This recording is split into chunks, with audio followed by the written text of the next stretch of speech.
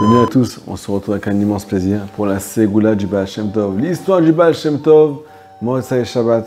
Alors à Botaï, beaucoup ont témoigné du bien que ça leur a fait.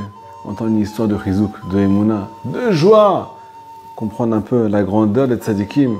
On va savoir qu'il y a marqué dans un livre que celui qui raconte des histoires, ce ne sont pas que des histoires à Botaï. Ces histoires sont comparées au Maaseh Merkava. Celui qui étudie l'histoire des tzadikim, c'est comme s'il étudiait les secrets de la Torah. Maaseh Merkava, quelque chose qui est inaccessible à Botaï. Je vous cite la source de cette ségoula.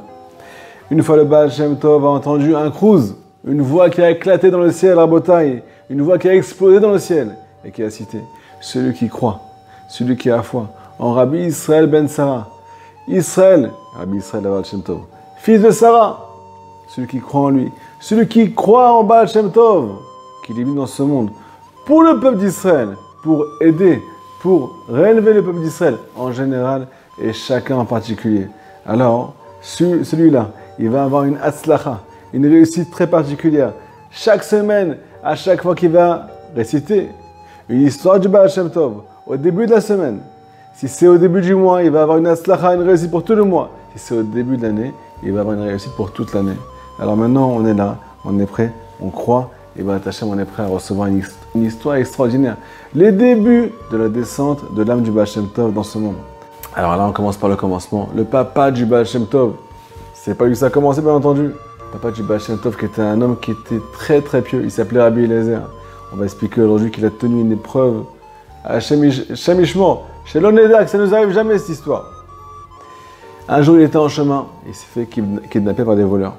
Kidnappé, ils l'ont amené dans une ville qui était très très loin de son domicile, une ville où aucun juif n'avait le droit d'habiter. Sinon, pas de kippa, pas de tzitzit, pas de signe qui va te démarquer, qui va prouver que tu es juif.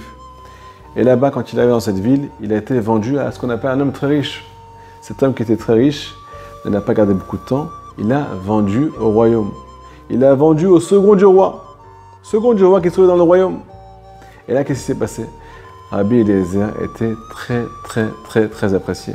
Il a trouvé beaucoup de grâce aux yeux de cette personne. Et un beau jour, le second du roi est Niftar, il est parti de ce monde. Le roi a décidé de donner la fille du second du roi à Rabbi Eliezer pour femme. Vous imaginez? Un juif qui a été kidnappé, qui a été jeté dans le royaume, qui trouve grâce aux yeux de tout le monde. Et maintenant, il est confronté à une Goya. Et maintenant, il doit se marier avec une Goya. Il s'est marié avec elle. Il n'a pas le droit de voir qu'il est juif. Et un beau jour, après plusieurs années, là, cette femme-là, cette Goya, vient le voir. Elle lui pose la question. Qu'est-ce que je t'ai fait? Dis-moi, est-ce que j'ai un moum, est-ce que j'ai un défaut? Dis-moi quel défaut tu as trouvé en moi, quel défaut physique tu as trouvé en moi. Ça fait des années qu'on vit ensemble. Et tu ne m'as jamais touché. Tu n'as jamais levé le petit doigt. J'aimerais savoir si quelque chose qui ne va pas, on peut en parler, il a conseillé, ainsi de suite. Et là, Rabbi Eliezer a été forcé de lui dévoiler son identité. Je suis juif, madame! Pas le droit de toucher. Un juif reste propre. Il garde ce qu'on appelle sa kedusha, sa sainteté. Il est propre aux yeux d'Akadosh Baruch Hu, même dans une ville où il n'y a aucun juif. Même si personne ne le voit, même si c'est dans une chambre, dans l'intimité, il se garde, il se protège. Et là, quand il lui a dévoilé sa vraie identité, cette Goya a décidé de le faire fuir. Elle lui a donné beaucoup d'argent, énormément d'argent pour qu'il puisse partir en chemin, retrouver sa femme, retourner dans sa maison. Et là, encore une belle histoire, Rabbi Eliezer est parti en chemin avec, Baruch Hashem, les poches remplies, avec de la joie, Hashem a sauvé. C'est bon, on est parti maintenant. Mais là, il s'est fait attaquer encore une fois. On lui a volé tout son argent. Et là, écoutez bien ce que je vais vous dire. Il est ramené que Eliyahu Hanavi, le prophète Élie, qui va annoncer la délivrance, est venu en rêve. Un Rabbi Eliezer, papa du Baal Shem Tov, il lui a dévoilé du fait que tu as tenu cette épreuve extraordinaire. D'être enfermé avec une femme pendant des années et ne pas lever le petit doigt parce que tu es juif, parce que tu as la crainte du ciel. Tu vas avoir le mérite que par ton billet, descendre dans ce monde une âme qui va éclairer tout le peuple d'Israël.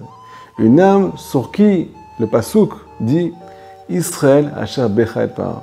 Israël, c'est Israël Baal Shem Tov, Rabbi Israël Baal Shem Tov, Asher Becha et Par, Akadosh Baruch Hu est glorifié par Israël. On parle de Rabbi Israël Baal Shem Tov.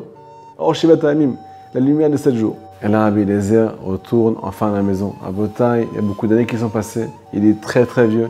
Sa femme est aussi très très vieille. Comme vous ne le savez pas, le Baal Shem Tov est né quand son papa avait 100 ans. Imaginez-vous, à 100 ans. Un homme n'a plus de force physique, il n'a même plus de désir. Et pourtant, il y a une promesse qui a été faite par Eli Navi. L'âme du Baal Shem Tov doit descendre. Il est marqué dans un livre que, Baruch Hashem, cette âme est née et descendue dans la même année. Mais elle a été descendue avec l'aide d'Akadosh Baruch Hu. Et cette âme ne pouvait descendre que dans ces conditions.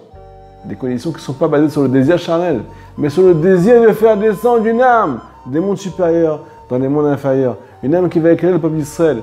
Une âme qui est appelée Or Shivat Hayamim, la lumière des 7 jours de la création. Alors à Botaï, il faut savoir que cette âme-là, elle n'avait pas le désir, elle, de descendre dans son monde.